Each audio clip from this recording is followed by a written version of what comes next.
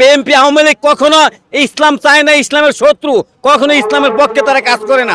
Awami League BNP আমরা বাংলাদেশ আর দেখতে চাই না। বিএনপি চাইতেছে চাঁদাবাজি করবে, লুট করবে, বালু খনন করবে এবং সারা বাংলাদেশের চাঁদাবাজির নাম্বার 1 বর্তমানে অবস্থান করছে আর কি।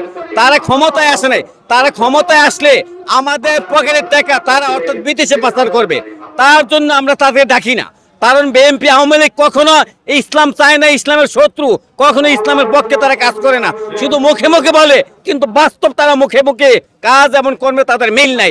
এখন বর্তমানে সারা বাংলাদেশে আমার বাড়ি শরীয়তপুর জেলা নড়িয়া থানা, সেই নড়িয়া থানায় এই বিএনপির নেতৃত্বে আমাদের ফসলি জমিন অর্থাৎ বালুনিয়া ধ্বংস করে দিতেছে, হাজার হাজার কোটি টাকা সেই জায়গার আমাদের জমিন বিলীন করে দিয়েছে।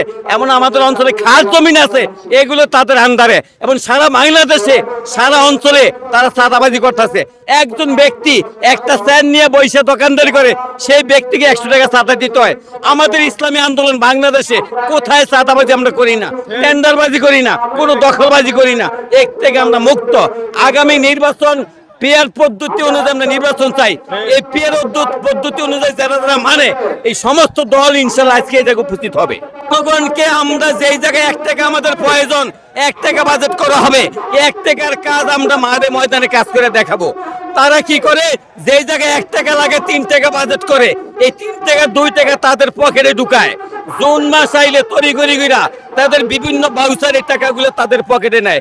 আমাদের জনগণের টাকা তারা আত্মসাৎ করে, আমাদের জনগণের টাকা তারা বিদেশে পাঠায়, আমাদের জনগণের টাকা অর্থাৎ বন্ধ করে দেয় তাদের এই দেশকে।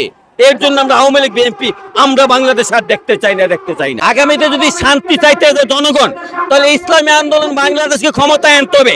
যদি বিএনপি কে ক্ষমতায় আসে তাহলে সবার অশান্তি ভোগ করতে হবে, কখনো তারা শান্তি পাবে না, অশান্তি ভোগ করবে। কারণ তারা চাইতেছে কি, ক্ষমতায় আসে নাই এখনো, যেমন আপনাদের ঢাকাতে এক্সট্রা কোশ্চেন অর্থাৎ 2020-এ যে নির্বাচন হয়েছে সেই নির্বাচনের ডেট ফেল, সেই মেয়র হিসাবে সে নিজে চেয়ারে বয়ে পড়তে চায়। এমন এইখানেই শেষ না, তারা কি বলতেছে যে আমাদের নির্বাচন আপনারা ডেট দিলে দেন, না হয় আমরা দিয়ে নিব। তাহলে হিসাব করেন, বিএনপি আজকে পাবলিক, আমি ইসলামী আন্দোলন করি, আমিও পাবলিক। তার ক্ষমতা কেন, যদি ক্ষমতায় আসে অবশ্যই জনগণের দুর্ভোগ ভোগ করতে হবে।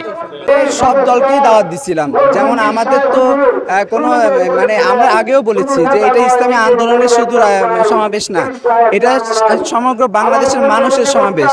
যেমন আমরা চেয়েছি বিচার এবং সংখ্যানুপাতিক পিয়ার পদ্ধতির নির্বাচনের জন্য, আমরা চেয়েছি জুলাই অভ্যুত্থানে যারা শহীদ হয়েছে তাদের যেন বিচার করা হয় আমাদের ভোটের আগেই। এই জন্য আমাদের এই সমাবেশটা আজকে ডাক দেওয়া হয়েছিল, কিন্তু বিশ্ববজুর এই সমাবেশের সাথে তারা হয়তোবা একমত পোষণ করতে পারেনি। কিন্তু আমি মনে করি যে আসলে এই বিষয়টা অন্তত সবাইকে একমত পোষণ করা উচিত ছিল, কারণ এটা হচ্ছে কি আপামর জনতার সমাবেশ, এটা সমগ্র বাংলাদেশের মানুষের সমাবেশ।